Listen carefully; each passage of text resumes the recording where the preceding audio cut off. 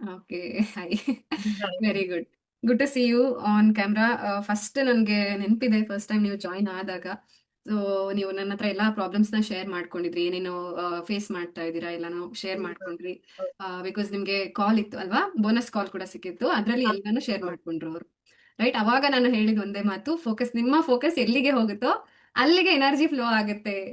So ಇದನ್ನ ಚೆನ್ನಾಗಿ ಅವರು ಅರ್ಥ ಮಾಡ್ಕೊಂಡು ಇಲ್ಲಿಯವರೆಗೂ ಕೂಡ ಅವ್ರ ಫೋಕಸ್ನ ಮಗುವಿನ ಕಡೆಗೆ, ಅದರ ಡೆವಲಪ್ಮೆಂಟ್ ಕಡೆಗೆ ಮಾಡಿರೋದಕ್ಕೆ the journey is very happy ಅಲ್ವಾ?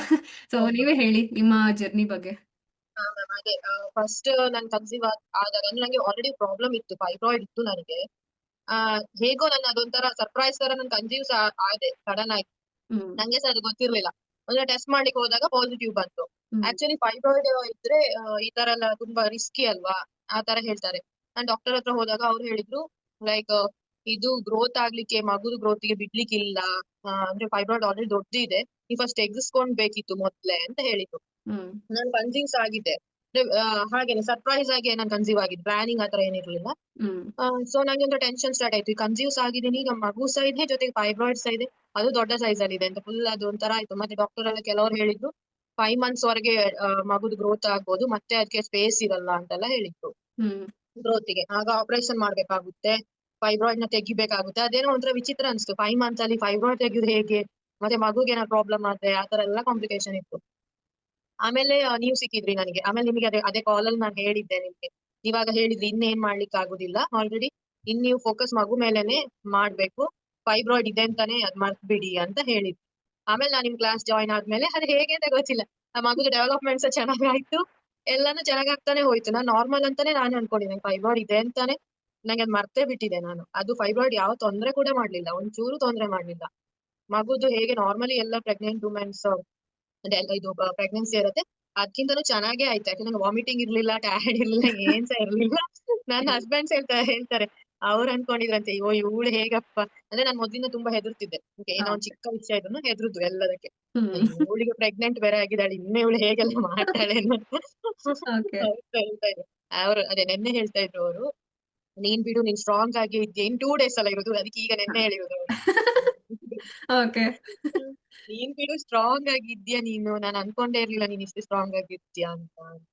ಆ, ಹಾಗೆ ಮ್ಯಾಮ್ ಚೆನ್ನಾಗಿ ಆಯ್ತು. ಅಂದ್ರೆ ನೀವು ಪ್ರತಿಯೊಂದು ನೀವು ಎಂತ ಹೇಳ್ತೀವಿ ಎಲ್ಲ ಫಾಲೋ ಮಾಡ್ತಿದ್ದೆ ನಾನು. ಮತ್ತೆ ಏನಂದ್ರೆ ನಿಮ್ದು ಮೆಡಿಟೇಷನ್ ಕ್ಲಾಸ್ ಎಲ್ಲ ತುಂಬಾ ಯೂಸ್ಫುಲ್ ಆಗ್ತಿತ್ತು. ಮತ್ತೆ ಸಹ ನೀವು ನೆಕ್ಸ್ಟ್ ದಿನ ನೀವು ಇಲ್ಲ ಟೈಮಲ್ಲೂ ನಾನು ಅದೇ ಅಕಾರ್ಡಿಂಗ್ ನ ಸುಮ್ನೆ ಟೈಮ್ ವೇಸ್ಟ್ ಮಾಡೋದಕ್ಕಿಂತ ಅದನ್ನೇ ಹಾಕೊಂಡು ಪುನಃ ಅದನ್ನೇ ಇದ್ ಮಾಡ್ತಾ ಇದ್ದೆ. ಸುಮ್ನೆ ಇರ್ತಾ ಇರ್ಲಿಲ್ಲ ನಾನು, ಏನೋ ಒಂದ್ ಮಾಡ್ತಾ ಇದ್ದೆ. ನಂಗೆ ಒಟ್ನಲ್ಲಿ ಎಲ್ಲ ಸೇಫ್ ಆಗಿರ್ಬೇಕು ಅಷ್ಟೇ ಇದ್ದಿದ್ದು, ಮಗು ಮೇಲೆ ಫೋಕಸ್ ನಂದಿದ್ದು.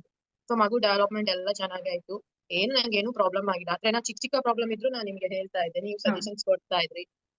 ಸೊ ಹಾಗೆ ಅದೇ ಇವಾಗ ಡಾಕ್ಟರ್ ಹೇಳಿದ್ದಾರೆ ಫೈಬ್ರಾಯ್ಡ್ ಅನ್ನು ಒಟ್ಟಿಗೆ ರಿಮೂವ್ ಮಾಡ್ಬೇಕು ಅಂತ. ಅದು ಲಿವರ್ಗೆ ಏನೋ ಟಚ್ ಆಗ್ತಿದೆಯಂತೆ ನನಗೆ. ಓಕೆ. ಆಕ್ಚುಲಿ ಅದು ಅವ್ರು ಹೇಳ್ತಾ ಇದ್ರು, ನಿಮಗೇನು ಗೊತ್ತಾಗಿಲ್ಲದೆ ನೀವು ಗ್ರೇಟ್ ಅಂತ. ಲೈಕ್ ಅದು ಲಿವರ್ಗೆ ಟಚ್ ಆಗಿದಂತೆ, ಬೇರೆ ಯಾರಿಗಾರಾಗಿರೋದು ಯಾವ್ದೋ ಪೇನ್ ಬರ್ತಿತ್ತು. ಓಕೆ. ಲೈಕ್ ಇದು ಅವ್ರು ನಂಗೆ ಅಲ್ಟ್ರಾಸೌಂಡ್ ಸ್ಕ್ಯಾನ್ ಅದು ನೋಡಿ, ಇದು ನಿಮ್ ಲಿವರ್, ಇದು ಫೈಬ್ರಾಯ್ಡ್, ಇದು ಎರಡು ಟಚ್ ಆಗ್ತಿದೆ ಹ್ಮ್. ಅಂತ, ನಿಮಗೇನು ಅನ್ಸಿಲ್ವಾ ಅಂತ, ಪೈನ್ ಬಂದಿಲ್ವಾ ಅಂತ. ಓಕೆ. ಸೊ ನಾನು 9 ಮಂತ್ ವರೆಗೆ ನಾನು ಇನ್ನು ಬಂದಿದ್ದೀನಿ ಅಂದ್ರೆ ನಿಜವಾಗ್ಲೂ ಗ್ರೇಟ್. ಆಕ್ಚುಲಿ ಇದೆಲ್ಲ ಪ್ರೀ ಟರ್ಮ್ ಆಗುದು ಚಾನ್ಸಸ್ ಜಾಸ್ತಿ ಅಂತ ಈ ತರ ಇದ್ರಲ್ಲೆಲ್ಲ ಹ್ಮ್. ಕೇಸಸ್. ಬಟ್ ನಾನು 9 ಮಂತ್ ಇನ್ನೂನು ನಾನು ಚೆನ್ನಾಗೇ ಇದ್ದೀನಿ ಅಂದ್ರೆ ಅವರೇ ಡೆಲಿವರಿ ಡೇಟ್ ಫಿಕ್ಸ್ ಮಾಡಿದಕ್ಕೆ ನಾನು ನಂಗೆ ಏನು ಪ್ರಾಬ್ಲಮ್ ಏನು ಹೌದು. ಚಾಲೆಂಜಿಂಗ್ ಇದೆ ಅಂತ ಆಕ್ಚುಲಿ ಹ್ಮ್. ರಿಮೂವಲ್. ಫಸ್ಟ್ ಬೇಬಿನ ತೆಗ್ದ್ಮೇಲೆ ಮತ್ತೆ ಅದು fibroid removal okay. Okay. Fine. ಹೇಳಿದ್ದು. ಓಕೆ. ಅದೆಲ್ಲ ಥ್ಯಾಂಕ್ ಯು ನಿಮ್ಗೆ. ಮತ್ತೆ ನಿಮ್ಮ ಕ್ಲಾಸ್ ಮುಖಾಂತರ ನಾನು ಮಂತ್ರ ಕ್ಲಾಸ್ ಸೇರಿದ್ದೆ, ಅದಂತೂ ತುಂಬಾ ಬೆನಿಫಿಟ್ ಆಯ್ತು ನಿಜ ಹೇಳ್ಬೇಕಂದ್ರೆ. ಅಂದ್ರೆ ಫುಲ್ ನಮ್ದು ಪಾಸಿಟಿವ್ ವೈಬ್ರೇಷನ್ ಕ್ರಿಯೇಟ್ ಆಗುತ್ತೆ, ಯಾವ ನೆಗೆಟಿವಿಟಿ ಬರಲ್ಲ ಅಲ್ಲ ನಮ್ಗೆ.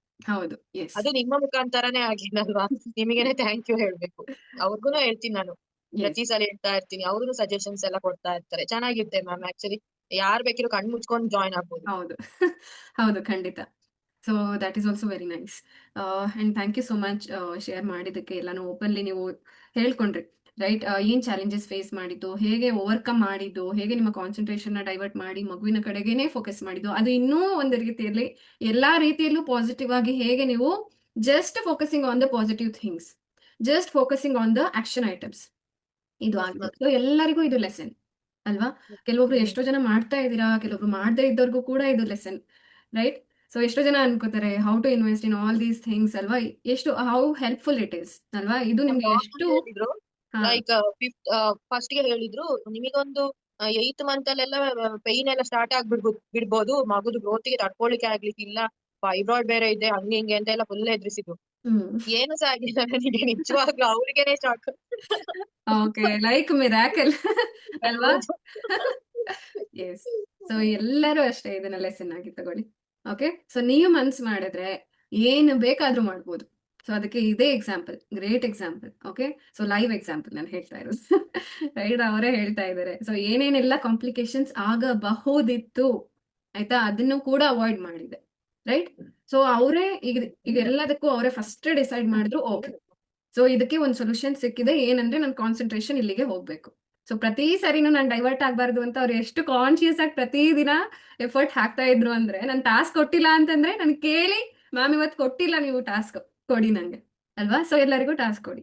ಸೊ ಅದು ಕೂಡ ರಿಮೈಂಡ್ ಮಾಡ್ತಾ ಇದ್ರು. ಹೌದು, ರೈಟ್, ಅವರೇ ಇಲ್ಲ ಹೇಳಿದ ಹಾಗೆ. ಸುಮ್ನೆ ಬೇರೆ ಏನೋ ಯೋಚನೆ ಮಾಡ್ತಾ ಸುಮ್ನೆ ನೆಗೆಟಿವಿಟಿ ಬರುತ್ತೆ, ಅದಕ್ಕೆ ಇದ್ರಲ್ಲೇ ಏನೋ ಇನ್ವಾಲ್ವ್ ಮಾಡ್ಕೊಂಡು ಇದ್ರೆ ನಮ್ಗೇನೆ ಒಳ್ಳೇದಲ್ವಾ ಅಂತ. ಹಾ. ನಂಗೆ ಅದು ಒಂದು, ನನಗೆ ಟಾಸ್ಕ್ ಕಂಪ್ಲೀಟ್ ಮಾಡೋದೇ ಒಂದು ಖುಷಿ ವಿಷಯ. ನಾನ್ ಲಾಸ್ಟ್ ವರೆಗೆ ನೀವು ಹೇಳಿದ್ದು ಟಾಸ್ಕ್ ಕಂಪ್ಲೀಟ್ ಆಗ್ಬೇಕಂತ ಮಾಡಿ ಫೇಸ್ಬುಕ್ ಗೆ ಅಪ್ಲೋಡ್ ಮಾಡಿದ್ದೆ.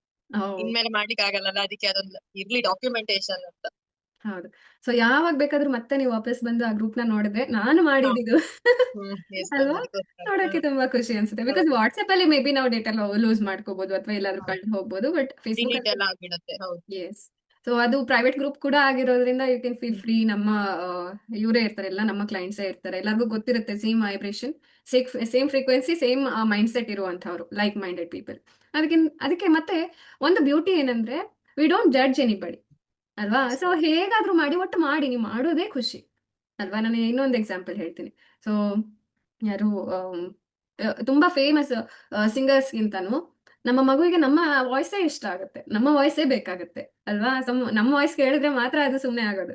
ರೈಟ್, ನೀವು ಲತಾ ಮಂಗೇಶ್ಕರ್ ವಾಯ್ಸ್ ಕೇಳಿಸ್ತೀನಿ ಅಥವಾ ಕೋಗಿಲೆ ವಾಯ್ಸ್ ಕೇಳಿಸ್ತೀನಿ, ಇನ್ಯಾರ್ದು ಸರಸ್ವತಿನೇ ತಂದು ಇಳಿಸಿದ್ರು ಕೂಡ ಮಗುಗೆ ಸಮಾಧಾನ ಆಗಲ್ಲ, ಅಮ್ಮನೇ ಬೇಕು ಅಲ್ವಾ. ಸೊ ಅದಕ್ಕೆ ಹೇಗಾದ್ರೂ ಮಾತಾಡಿ, ಬಟ್ ನಿಮ್ಮ ವಾಯ್ಸೇ ಬೇಕು. ರೈಟ್, ಎಷ್ಟೋ ಜನ ಹೇಳ್ತಾರೆ ನಾನು ಹಾಡು ಹೇಳಲ್ಲ, ನಂಗೆ ವಾಯ್ಸ್ ಚೆನ್ನಾಗಿಲ್ಲ. ಯಾಕೆ ಹೇಳ್ಬಾರ್ದು. ರೈಟ್, ನಿಮ್ಮ ಮಗುಗ್ ನೀವೇ ಕ್ವೀನ್, ನೀವೇ ಸರೋಜಿ, ಎಲ್ಲ ಲತಾ ಮಂಗೇಶ್ಕರ್ ಎಲ್ಲಾನು. ರೈಟ್. ಸೊ ಅದಕ್ಕೋಸ್ಕರ ನೀವೇ ಹೇಳ್ಬೇಕು. ಅದಕ್ಕೆ ಇವನ್ ನಾನ್ ಹೇಳಿದ್ರು ಅದಕ್ಕೆ ಸಮಾಧಾನ ಆಗಲ್ಲ. ರೈಟ್. ಅದಕ್ಕೆ ನೀವೇ as a mother you are the one ಅಲ್ವಾ. ಸೊ ನೀವೇ ಅಲ್ಟಿಮೇಟ್. ಸೊ ನಿಮ್ಮ ಕೈಯಲ್ಲೇ ಎಲ್ಲ ಇರೋದು, ನೀವು ಮಾಡಿದ್ದೆಲ್ಲಾನು ಅದಕ್ಕೆ ತುಂಬಾ ಇಷ್ಟ ಆಗುತ್ತೆ ಅಲ್ವಾ. That is the first step. ನೀವೇನು ಕೈಯಲ್ಲಿ ಮುಟ್ಟಿ ಮಾಡ್ತೀರಾ ಅಲ್ವಾ, ನೀವೇನು ಫೋಕಸ್ಡ್ ಆಗಿ ನೋಡ್ತಾ ಕೇಳ್ತಾ ಮಾಡ್ತೀರಾ, ಅದೆಲ್ಲ ಮಗುವಿಗೆ ಫಸ್ಟ್ ಸ್ಟೆಪ್ ಅಲ್ವಾ. ಅದಕ್ಕೆ ಇಂಟ್ರೆಸ್ಟ್ ಆಲ್ರೆಡಿ ಕ್ರಿಯೇಟ್ ಆಗಿದೆ. ಸೊ ನೀವು ನೋಡ್ತಾ ಹೋಗಿ, ನಿಮ್ಮ ಮಗುನು ಕೂಡ ಅದೇ ತರ ಟಾಸ್ಕ್ ಎಲ್ಲ ಮಾಡ್ತಾ ಇರುತ್ತೆ ನೆಕ್ಸ್ಟ್ ಲೆವೆಲ್ಸ್ ಅಲ್ಲಿ. So that is very beautiful. And yes, thank you Anvita ಅವರೇ ಎಲ್ಲಾನು ಶೇರ್ ಮಾಡ್ಕೊಂಡಿದ್ದಕ್ಕೆ. And blessings from all of us ಅಲ್ವಾ. ಸೊ ಎಲ್ಲರೂ ಕೂಡ ಇವಾಗ ಅನ್ವಿತಾ ಅವ್ರಿಗೆ ಬ್ಲೆಸ್ ಮಾಡೋಣ. ಓಕೆ, ಅದಾದ್ಮೇಲೆ ನಾವು ಮೆಡಿಟೇಷನ್ ಮಾಡೋಣ.